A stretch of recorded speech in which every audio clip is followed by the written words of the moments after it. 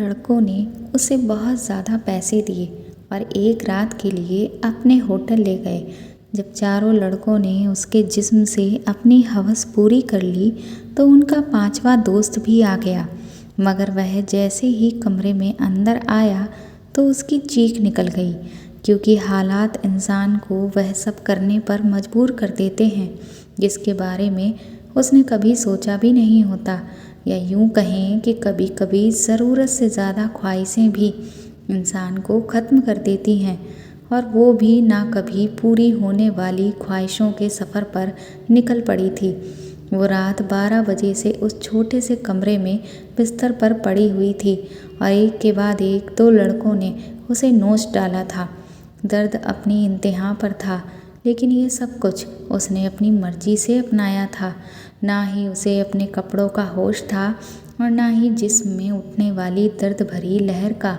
2 ही लड़कों ने उसका हाल ऐसा कर दिया था कि उसका सारा तन जख्मी हो गया था।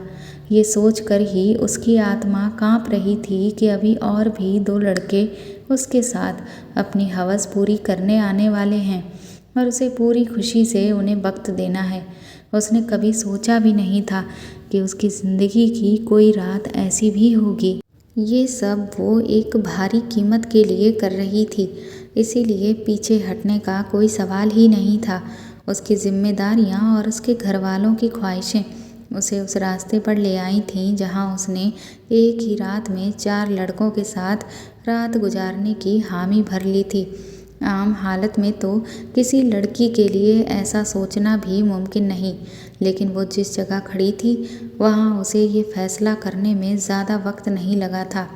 वह सब सेहतमंद और तंदुरुस्त नौजवान थे जिनकी ताकत के आगे वो कुछ भी नहीं थी। बिस्तर तक आने वाले दोनों नौजवानों ने कुछ ही लम्हों में उस पर काबू पा लिया और उसे पूरी तरह अपनी हवस का निशाना बना लिया था। ये पहली दफ़ा था जब उसे किसी मर्द ने छुआ था। दूसरे लड़के के निकलते ही तीसरा लड़का भी कमरे के अंदर चला आया। उसने एक गहरी सांस बाहर निकाली। वो थोड़ा वक्त चाहती थी, लेकिन वह कहने लगा कि इतना वक्त नहीं है। उसके पास बाहर उसके और भी दोस्त इंतज़ार में बैठे हैं। उसकी बात सुनकर उसकी आंखों से आंसू बहने लगे। वह फौरन ही उसके पास चला आया और उसके आंसुओं को नज़रअंदाज करता हुआ पूरी शिद्दत से उस पर हावी होने लगा। उसके तन में बर्दाश्त की ताकत खत्म हो रही थी। वो बार बार उसे खुद से दूर करने की कोशिश करती, लेकिन वह उतना ही उस पर हावी होने लगा। ऐसा लग रहा था जैसे उसे इस खेल में मज़ा आ रहा हो। उसके धक्का देने पर वह पहले से भी ज़्यादा जोश में उसके करीब आता, इसलिए अब वो उसे रोकने की गलती नहीं कर रही थी और खामोशी से खुद पर गुजरने वाली इस क़यामत को बर्दाश्त कर रही थी। 1.5 घंटे तक वह अपनी प्यास बुझाता रहा और जाते जाते उसने अपने दांतों के निशान उसकी गर्दन पर छोड़ दिए और कहने लगा कि अगर उसे दोबारा मौका मिला तो वह उसके साथ दोबारा वक्त ज़रूर गुजारने आएगा। उसके जाने के बाद उसने एक निगाह अपने तन पर डाली तो वो कांप गई। जिस्म का कोई हिस्सा ऐसा नहीं था जहां जख्म मौजूद ना हो। तीसरे नौजवान ने तो हद से ज़्यादा उस पर जख्म कर उसे जख्मी कर दिया था।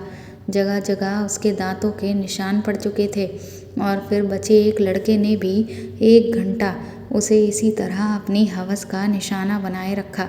उन लोगों को उस पर जरा भी रहम नहीं आया था, और आता भी क्यों। उन्होंने एक बड़ी रकम के बदले उसे एक रात के लिए खरीद लिया था।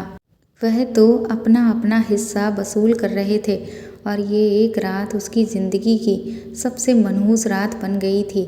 उसका हाल ऐसा था कि उसे कुछ होश ही नहीं रहा था।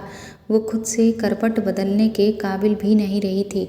आहिस्ता आहिस्ता तकलीफ़ से उसकी आंखें बंद होने लगी थीं और तभी उन लड़कों ने उसे बताया कि उनका एक 5वां दोस्त भी आ गया है। उसमें इतनी हिम्मत भी बाकी नहीं बची थी कि वह उन्हें इनकार कर पाती या इस बात का विरोध कर सकती। जैसे ही 5वां लड़का कमरे में दाखिल हुआ और उसके बिस्तर के करीब आया तो उसे देखकर उसकी चीख निकल गई। उसकी चीख क्यों निकली, इसकी वजह जानकर आपके भी रोंगटे खड़े हो जाएंगे। उसका नाम सुरभि है और उसकी उम्र सिर्फ 20 साल थी। उसने ग्रेजुएशन कर रखी थी, लेकिन आज के वक्त में ग्रेजुएशन कुछ भी नहीं होती। लोग बीटेक करके भी डिग्रियां हाथों में लिए सड़कों की धूल समेट रहे होते हैं।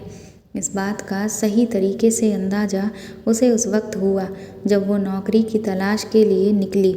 हर कंपनी के आगे नौजवानों की एक बड़ी सी लाइन लगी होती थी जो अपनी बारी के इंतज़ार में थे। ऐसे में उस जैसी लड़की को नौकरी कहाँ मिल सकती थी, जिसके पास ना ही तजुर्बा था और ना ही कोई बड़ी डिग्री। मगर नौकरी ढूंढना उसकी सबसे बड़ी ज़रूरत बन चुकी थी, क्योंकि उसके पापा को हार्ट अटैक आया था और डॉक्टर ने उनकी सर्जरी बताई थी। उन्होंने कहा था कि 1 महीने में उसे अपने पापा की सर्जरी करा लेनी चाहिए, नहीं तो कभी भी कुछ भी हो सकता है, उसकी जान भी जा सकती है। उसके पापा की ऐसी हालत ने उनकी कमर तोड़ दी थी। उसके पापा घर में एक अकेले ही कमाने वाले थे और वो 2 बहनें बिन ब्याही और एक भाई थे जो छोटा था, जिसकी पढ़ाई चल रही थी। उसकी बहन पढ़ी लिखी नहीं थी और उसका भाई अभी 14 साल का ही था, इसीलिए कमाने की जिम्मेदारी उसके कंधों पर आ गई थी। वो घर से बाहर निकली तब उसके होश ठिकाने आ गए। वो तो बाहर की दुनिया को बहुत आसान समझ रही थी, लेकिन अब उसे समझ आया था कि उसके पापा कितने जतन करके उनके लिए रोटी कमाते थे। वो हमेशा ही पापा से इस बात पर नाराज़ रहती थी कि वह उनकी ख्वाहिशें पूरी नहीं करते। उसकी नाराज़गी पर उसके पापा का चेहरा हमेशा उतर जाता। वह बड़े प्यार से उसे पुकार कर कहते, सुरभि बेटी, तू फिक्र ना कर, एक दिन तेरी किस्मत भी जाग उठेगी। लेकिन उसे वह दिन अपनी किस्मत में आता नज़र ही नहीं आता था और फिर उसके पापा को हार्ट अटैक पड़ गया। तब उसे इस बात का एहसास हुआ कि पापा उनके लिए कितने ज़रूरी थे। जब तक वह उनकी जिम्मेदारी उठाए थे, कम से कम रोटी जैसी बुनियादी ज़रूरत से तो वो वंचित नहीं थे। उसके पापा के अटैक पड़ने के कुछ दिन बाद तक तो आस पड़ोस वालों और ख़ानदान वालों ने उनकी मदद की, लेकिन आहिस्ता आहिस्ता सभी अपनी ज़िंदगी में बिजी हो गए। आज के दौर में कौन किसी का पेट पाल सकता है। मजबूरन उसे ही नौकरी की तलाश के लिए घर से निकलना पड़ा और उसे समझ आ गया कि औरतों के लिए बाहर की दुनिया किस कदर मुश्किल है। स्कूल में ज़्यादा काम करने के बदले सिर्फ 6,000 रुपये मिल रहे थे, जिसमें से घर के बिल में सारे रुपए चले जाते। इसमें भी हर स्कूल वाले उससे उसका तजुर्बा पूछते और उसका मुंह खाली रह जाता। बहुत तलाश करने के बावजूद भी कोई नौकरी ना मिली तो उसकी एक दोस्त के भाई के जरिए से उसे एक पिज़्ज़ा हाउस में वेटर की नौकरी मिल गई। यह शहर के एक भीड़ भाड़ वाले इलाके में बना हुआ पिक्चर हाउस था, जहाँ हर वक्त ही मर्दों की बहुत ही ज़्यादा भीड़ रहती थी।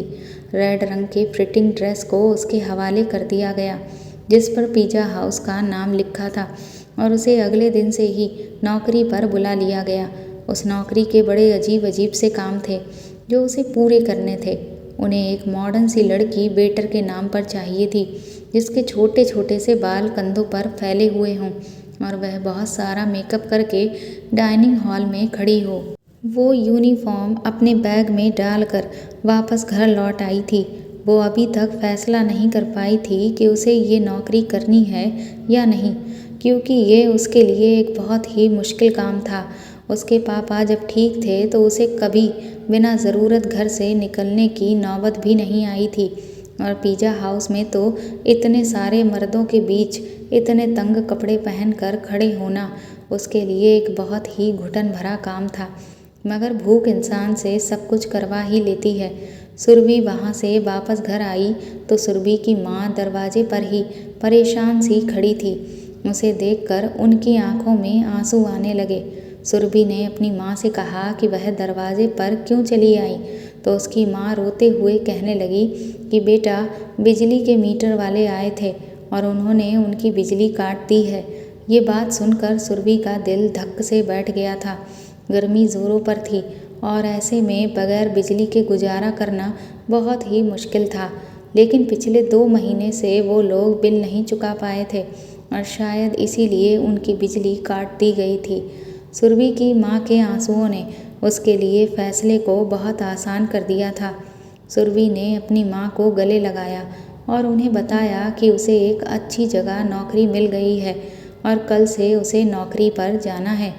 सुरभि की माँ ने उसके सर पर हाथ फेरा और कहा कि अब तुम ही मेरा सहारा हो और तुम्हें ही अपने भाई की पढ़ाई का पैसा देना है और पापा के इलाज का इंतजाम करना है। सुरभि की माँ ने एक भारी जिम्मेदारी उसके कंधों पर डाल दी थी और वो सोच रही थी कि वो ये जिम्मेदारी कैसे निभाएगी, लेकिन उसे ही ये फ़र्ज़ निभाना था। उसकी माँ पूछ रही थी कि उसे नौकरी कहाँ मिली है, लेकिन वो उन्हें नहीं बताना चाहती थी कि उसे कहाँ नौकरी मिली है। इसलिए सुरभि ने अपनी माँ से कह दिया कि एक बड़ी सी कंपनी में उसे एक अच्छी नौकरी मिल गई है। उसकी नौकरी का वक्त दोपहर 3 से रात 11 बजे तक का था और ये बात वो बड़ी मुश्किल से बता पाई थी। उसकी नौकरी का वक्त जानकर उसकी माँ हैरत से उसकी तरफ देखने लगी कि ये कौन सी कंपनी है जहाँ दोपहर 3 बजे बुलाया गया है। उसने झूठ कह दिया कि ये एक मल्टीनेशनल कंपनी है जो 24 घंटे चलती है। इस वक्त उन्हें पैसों की इतनी ज़रूरत थी कि सुरभि की माँ ने और ज़्यादा सवाल करने की बजाय उसे तरक्की के ढेर सारे आशीर्वाद दे दिए और अगली दोपहर 2 बजे वो पिज़्ज़ा हाउस के लिए रवाना हो गई। उसे क्या खबर थी कि यहाँ से उसकी किस्मत उसे कहाँ ले जाने वाली है। उसने अपना यूनिफॉर्म पिज़्ज़ा हाउस में आकर बदल लिया था। मैनेजर ने उसे पिज़्ज़ा हाउस के दरवाजे के करीब ही खड़ा कर दिया और कहने लगा, आज तुम्हारा पहला दिन है, इसीलिए तुम हर आते जाते को इज्जत से वेलकम करोगी। और गुस्सा होकर कहा कि ये कैसा मुंह उठाकर आ गई हो, जाओ पहले मेकअप करो। मैनेजर की बात सुनकर वो शर्मिंदा हो गई क्योंकि उसके पास मेकअप नहीं था। वहाँ मौजूद एक दूसरी लड़की ने अपने मेकअप से उसके चेहरे का मेकअप किया। वह बड़ी तेज़ी से उसके चेहरे पर अपना हाथ चला रही थी और उसके बाद जब उसने आईने में खुद को देखा तो हैरान रह गई। उसे मालूम था कि वो खूबसूरत है और उसका रंग भी बहुत साफ है, लेकिन थोड़े से मेकअप के बाद में वो पूरी तरह निखर गई थी। वो खुद को आईने में देख रही थी जब वह लड़की कहने लगी कि ये लोग खूबसूरती देखकर ही तो यहाँ रखते हैं, वरना काम करने के लिए तो बहुत से लोग मिल जाते हैं। वो जान गई थी कि ये नौकरी उसे उसकी काबिलियत की वजह से नहीं बल्कि खूबसूरती की वजह से मिली है। नौकरी का ये पहला दिन उसके लिए बहुत ही भारी था। वो 3 बजे से दरवाजे पर खड़ी वहाँ आने जाने वाले हर मर्द और औरतों को वेलकम कर रही थी। यहाँ औरतों की तादाद कम ही आती थी, ज़्यादातर मर्द ही आ रहे थे। रात होने तक उसके पैरों में बहुत ज़्यादा दर्द हो चुका था और अभी उसे वापस बस के धक्के खाते हुए घर भी पहुँचना था। 12 बजे के करीब वो घर पहुँची थी। सुरभि की माँ उसके इंतज़ार में जाग रही थी। सुरभि ने अपनी माँ के साथ बैठकर खाना खाया और पापा के हाल चाल लिए। फिर वह फ़ौरन ही बिस्तर पर लेट गई। उसे उन दिनों की बहुत याद आ रही थी जब उसके पापा ठीक थे। उसके पापा उसके सबसे ज़्यादा नखरे उठाया करते थे, फिर भी वो हमेशा उनसे किसी न किसी बात पर रूठ जाती थी। पैरों की तकलीफ़ से तड़पते तड़पते कब उसे नींद लग गई उसे पता ही नहीं चला। अगले दिन वो फिर 2 बजे के करीब घर से निकल गई थी। आज उसे दरवाजे के पास खड़ा नहीं किया गया था बल्कि ऑर्डर लेने का काम दिया गया था। ये काम उसे थोड़ा सा आसान लगा था, लेकिन कुछ ही देर में उसे ये अंदाज़ा हो गया कि ये काम बिल्कुल भी आसान नहीं था। वो जिसके पास भी ऑर्डर लेने के लिए जाती उनमें से अक्सर मर्द उसे सर से पाँव तक देखते और मुस्कुराते। बदले में उसे भी मुस्कुराहट जाहिर करनी पड़ती क्योंकि ये उसकी नौकरी का नियम था। जानबूझकर ऑर्डर देने में काफ़ी वक्त लगाते और कभी कभी तो ऑर्डर देते वक्त इस कदर करीब आ जाते कि उसकी सांस रुकने लगती। ये पिज़्ज़ा हाउस उस जैसी वेटर की वजह से ही चल रहा था। इस बात का अब उसे अच्छी तरह से अंदाज़ा हो गया था कि यहाँ आने वाले ज़्यादातर मर्द लड़कियों की वजह से ही आते थे। दिन तेज़ी से गुजर रहे थे और उसे यहाँ नौकरी करते करते 1 महीना हो गया था। उस 1 महीने में काफ़ी कुछ ऐसा हुआ जो उसके लिए बहुत ही अजीब था। मर्दों की अजीब अजीब निगाहें, ऑर्डर देने के बहाने करीब आना और डबल मीनिंग शब्दों का प्रयोग। लेकिन इस नौकरी की सबसे अच्छी बात ये थी कि तनख्वाह से हटकर उसे 1 महीने में टिप के भी काफ़ी पैसे मिल गए थे। उसने उन पैसों से बिजली का बिल पे किया था और अपने पापा को दवा दिलाई थी और भाई की फीस जमा की थी। 4 लड़के रोज़ ही शाम के वक्त पिज़्ज़ा हाउस आते और सबसे कोने वाली टेबल पर बैठ जाते और वो टेबल सुरभि के ही हिस्से में थी और रोज़ाना वो ही उनके पास ऑर्डर लेने के लिए जाती थी। आज भी वो उनके पास ऑर्डर लेने के लिए गई तो उनमें से एक लड़का पूछने लगा, तुम यहाँ बहुत मजबूरी में नौकरी करती हो ना? उसने कहा हाँ कह दिया। उसने फ़ौरन ही अपना कार्ड निकाल कर उसके आगे रखा और कहने लगा, तुम बहुत ही शरीफ लड़की लगती हो। अगर कभी किसी मदद की ज़रूरत पड़े तो याद कर लेना। बिना सोचे समझे ही उसने वह कार्ड उठाकर अपने कोट की जेब में रख लिया। उसके बाद ये सिलसिला चल पड़ा। रोज़ ही वो उनका ऑर्डर लेने जाती और उनमें से कोई ना कोई उससे कोई सवाल पूछ लेता। रोज़ाना होने वाली इस मुलाकात की वजह से वो थोड़ी फ्रेंडली सी हो गई थी। दूसरा महीना भी पलक झपकते ही गुजर गया था और फिर सुरभि की माँ ने एक दिन उसे बताया कि तुम्हारी बड़ी बहन के लिए बहुत अच्छा रिश्ता आया है और वह लोग जल्दी शादी करना चाहते हैं। सुरभि अपनी माँ की बात सुनकर परेशान हो गई क्योंकि अभी तो उसने घर का खर्चा ही अपने कंधे पर उठाया था। पापा की सर्जरी बाकी थी। शादी की जिम्मेदारी का तो वो सोच भी नहीं सकती थी। सुरभि की माँ कहने लगी, तुम अपनी कंपनी से लोन ले लो। इतनी बड़ी कंपनी है तो तेरी बहन की अच्छे से शादी हो जाएगी। उसकी बड़ी बहन भी 25 साल की हो रही थी और सुरभि की माँ उसकी तरफ से बहुत परेशान थी। अब सुरभि अपनी माँ को क्या बताती कि वो तो पिज़्ज़ा हाउस पर मामूली सी नौकरी कर रही थी। सुरभि ने अपनी माँ की बात का कोई जवाब नहीं दिया, लेकिन सुरभि को अपनी माँ की आंखों में चमकती हुई उम्मीद साफ दिखाई दे रही थी। सुरभि की माँ को यकीन था कि उसे कंपनी से लोन मिल ही जाएगा और वो सोच रही थी कि उसके झूठ ने उसे कहाँ फंसा दिया है। अगले दिन वो नौकरी पर भी सारा वक्त परेशान रही और ये बात उसके साथ काम करने वाली लड़की ने नोट कर ली। वह उससे कहने लगी कि क्या बात है सुरभि, आज तुम बहुत ही ज़्यादा परेशान लग रही हो। उसने उसे बता दिया कि बड़ी बहन की शादी करनी है, पापा की सर्जरी करवानी है और उसके पास बिल्कुल भी पैसे नहीं हैं। उसकी बात सुनकर वह कहने लगी, तो इतना खर्च करने की क्या ज़रूरत है? सादगी से अपनी बहन को शादी करके विदा कर दो। उसकी बात सुनकर सुरभि सोच में पड़ गई थी। घर आकर सुरभि ने अपनी माँ को यही मशवरा दिया कि वह सादगी से बहन की विदाई कर दे, लेकिन उसकी बात सुनकर उसकी माँ कहने लगी कि लड़के वालों ने पहले ही दहेज के नाम पर एक लंबी लिस्ट थमा दी है और अगर खाली हाथ तेरी बहन को विदा कर दिया तो उसके ससुराल वाले सारी ज़िंदगी उसे बातें सुनाते रहेंगे। सुरभि को अपनी माँ की बात सुनकर गुस्सा आ गया और उसने कहा कि ऐसी जगह उसकी शादी करनी ही क्यों है और इतनी जल्दी क्या है।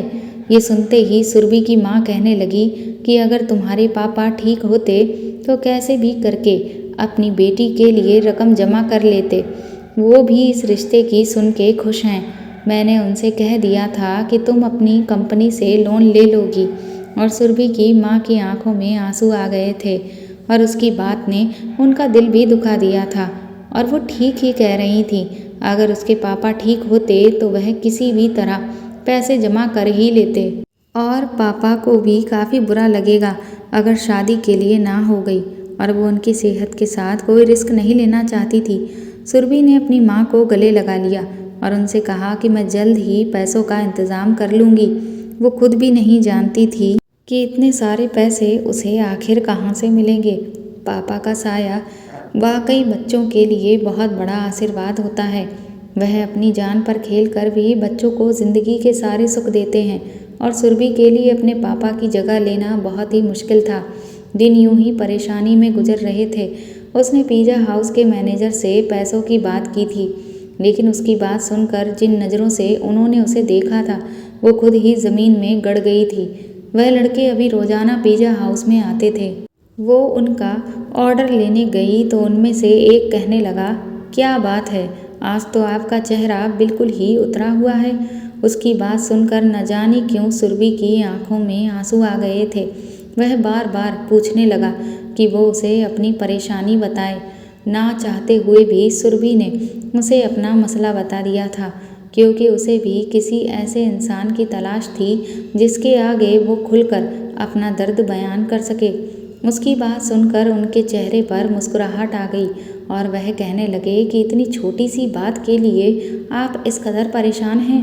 हमने आपको अपना कार्ड इसीलिए दिया था कि कोई भी परेशानी हो तो हमें आप याद कर लें। वो हैरत से उनकी तरफ देखने लगी। वो ये सोच भी नहीं सकती थी कि वह चारों अजनबी लड़के उसे पैसे दे सकते हैं। लेकिन उन चारों ने फौरन ही उसे 4 लाख रुपयों का ऑफर कर दिया। वो उनकी तरफ देख रही थी। वह कहने लगे, 4 लाख रुपया देना उनके लिए कोई बड़ी बात नहीं है, लेकिन उसे भी उनके कुछ काम आना होगा। उनकी बात सुनकर वो ठिठक गई। उन लड़कों को उससे क्या काम हो सकता था, ये बात समझने में उसे ज़्यादा देर नहीं लगी थी। उसने फौरन ही घबराकर कहा कि मैं एक शरीफ घराने से संबंध रखती हूँ और मैं कोई गलत काम नहीं कर सकती। वह हंसकर कहने लगे कि हमने सिर्फ पेशकश की है, कबूल करना ना करना आपकी मर्जी है, लेकिन आज के दौर में 4 लाख आपको कोई भी नहीं देगा, चाहे वह आपका करीबी रिश्तेदार ही क्यों ना हो। बात तो उनकी भी बिल्कुल ठीक थी, लेकिन वो अपनी इज्जत गिरवी रखकर 4 लाख रुपया हासिल नहीं करना चाहती थी, इसलिए उसने उन्हें साफ इनकार कर दिया। वो हालात से पूरी तरह थक चुकी थी और ऐसे ही थकी हारी जब लौट कर घर आई तो सुरभि की माँ और बहन उसके इंतज़ार में थी। उसकी माँ ने बताया कि दीदी के ससुराल वाले 1 महीने बाद ही शादी की बात कर रहे हैं और उसके भाई के एग्ज़ाम आने वाले हैं। उसके स्कूल वाले एग्ज़ाम फीस मांग रहे हैं। वही 1 महीने का वक्त सुनकर उसकी जान निकल गई थी। पैसों का कोई इंतज़ाम ना हो सका था और सुरभि की माँ उससे उम्मीद बांधे बैठी थी। उसने एक नज़र अपनी दीदी के चेहरे पर डाली, जहाँ बहुत समय बाद खुशी की रौनक नज़र आ रही थी। वो भी दीदी के ससुराल वालों से मिली थी। वह लोग वाकई बहुत अच्छे लोग थे, लेकिन आज के दौर में सादगी और बगैर दहेज के कौन दुल्हन विदा करवाता है। वह भी इसी समाज में रहने वाले थे। वो अपनी बहन की खुशी को हमेशा कायम देखना चाहती थी। तभी एकदम से उसके भाई के चीखने की आवाज़ आई थी। वो लोग भागकर अंदर गए तो उसके पापा के सीने में तेज़ दर्द हो रहा था। सुरभि तुरंत उन्हें डॉक्टर के पास ले गई। डॉक्टर ने कहा, इनका दिल बहुत कमज़ोर हो गया है, जल्द से जल्द सर्जरी की ज़रूरत है। अभी तो दवा दे दी है, पर दवा से ज़्यादा दिन काम नहीं चलेगा। सुरभि अपने पापा को लेकर घर आ गई। उधर उसकी बहन के ससुराल वालों का फ़ोन आ गया। उन्हें शादी की तारीख फिक्स करने की काफ़ी जल्दी थी। सुरभि ने अपनी माँ से कहा कि आप शादी की तारीख फिक्स कर दें, पैसों का पक्का इंतजाम हो जाएगा। उसकी बात सुनकर तो घर में खुशी की लहर दौड़ गई थी, मगर वह लोग इस बात से बेखबर थे कि ये खुशी उन्हें उसकी आबरू की बर्बादी के बदले हासिल होने वाली थी। अगले दिन उसने उन चारों लड़कों को हामी भर दी। वह मुस्कुराकर कहने लगे कि हम जानते थे कि आप ज़रूर मान जाएंगी। उन चारों ने एक रात के लिए उसे अपने साथ ले जाने की बात की थी। सुरभि ने अपनी माँ को बता दिया कि साल के आखिर की वजह से कंपनी में काम बहुत ज़्यादा है और उसे एक रात कंपनी में ही गुजारनी होगी। कंपनी ने उसका लोन मंजूर कर लिया है, इसीलिए वो उनकी बात मानने के लिए मजबूर है। लोन पास होने की बात सुनकर सुरभि की माँ इस कदर खुश हो गई कि उन्होंने उसे रात में रुकने की इजाज़त दे दी और वो पिज़्ज़ा हाउस में छुट्टी होने के बाद उन चारों लड़कों के साथ चली गई। उन चारों ने उसे अपनी दरिंदगी का निशाना बना डाला और जब 5वां लड़का अंदर आया तो उसे देखकर उसकी चीख निकल गई, क्योंकि पूरा बिस्तर खून में भीगा पड़ा था और सुरभि अपनी ज़िंदगी की शायद आखिरी सांस ले रही थी। उसने तुरंत ही उसे अपने बाजुओं में उठाया और गाड़ी में डालकर एक छोटे से अस्पताल में ले आया, जहां शायद उसका कोई जानने वाला ही डॉक्टर था। कई घंटे आईसीयू में रहने के बाद उसकी हालत कुछ बेहतर हुई, लेकिन उसका जख्मी तन उसकी बर्बादी की गवाही दे रहा था। वह लड़का उन चारों का ही दोस्त था लेकिन उसके अंदर इंसानियत अभी बाकी थी और उसे उस पर रहम आ गया था, वरना शायद वो उस बिस्तर पर दम तोड़ देती। वह लड़का सुरभि के पास आया और बोला कि मैं आपसे अपने और अपने दोस्तों की तरफ से माफ़ी मांगता हूँ। मेरे दोस्त इतने बेरहम दिल के होंगे, मैंने कभी सोचा भी नहीं था। आप मुझे गलत ना समझें और मुझसे डरने की कोई ज़रूरत भी नहीं है, क्योंकि मैं बुरा इंसान नहीं हूँ, बस संगत का असर पड़ जाता है। मुझे लगा था कि आप कॉल गर्ल होंगी, इसीलिए मैं वहाँ पर आया था, लेकिन बाद में मेरे दोस्तों ने बताया कि आप पिज़्ज़ा हाउस में काम करती थीं और आपको पैसे की ज़रूरत थी, इसलिए आप उनके साथ आई थीं। ये जानकर मुझे उन पर बहुत ज़्यादा गुस्सा आया और मैंने उनसे कहा कि अगर तुम ये बात मुझे पहले ही बता देते तो मैं वहाँ बिल्कुल भी नहीं आता, क्योंकि मैं किसी की मजबूरी का फ़ायदा उठाना नहीं चाहता हूँ। मेरा दिल इस चीज़ के लिए गवाही नहीं देता। आपकी जो हालत देखी है उसके बाद से मुझे एहसास हुआ है कि किसी लड़की के साथ इस तरह की चीज़ उसकी मजबूरी का फ़ायदा उठाने के लिए करना बिल्कुल भी ठीक नहीं है और किसी भी इंसान को किसी की ज़िंदगी के साथ खिलवाड़ करने का अधिकार नहीं है। इसलिए मैंने सोच लिया है कि मैं अपने उन दोस्तों को छोड़ दूंगा और उन्हें समझाऊंगा भी कि वह लड़कियों की मजबूरी का फ़ायदा ना उठाएं। ये इंसानियत के लिए बिल्कुल भी ठीक नहीं। सुरभि ने उससे कहा कि अच्छा लगा ये जान के कि इस दुनिया में बुरे लोगों के साथ साथ अच्छे लोग भी हैं जिन्हें किसी के दर्द से तकलीफ़ होती है, और मैंने आपको माफ़ कर दिया है, क्योंकि आप ना आते तो मैं शायद आज जिंदा ना होती। उसके बाद सुरभि ने उससे उसका फ़ोन मांगा और उसने अपनी माँ को फ़ोन करके बताया कि उसे कंपनी के काम से दूसरे शहर जाना पड़ रहा है। उसके ठीक होने पर उसे अस्पताल से छुट्टी मिल गई थी और रकम भी उसके हाथ आ गई थी, लेकिन अब कुछ भी पहले जैसा नहीं रहा था। उस लड़के ने उसे अपनी फैक्ट्री में नौकरी भी ऑफ़र की और यकीन दिलाया था कि वो वहाँ इज्जत से नौकरी कर सकेगी।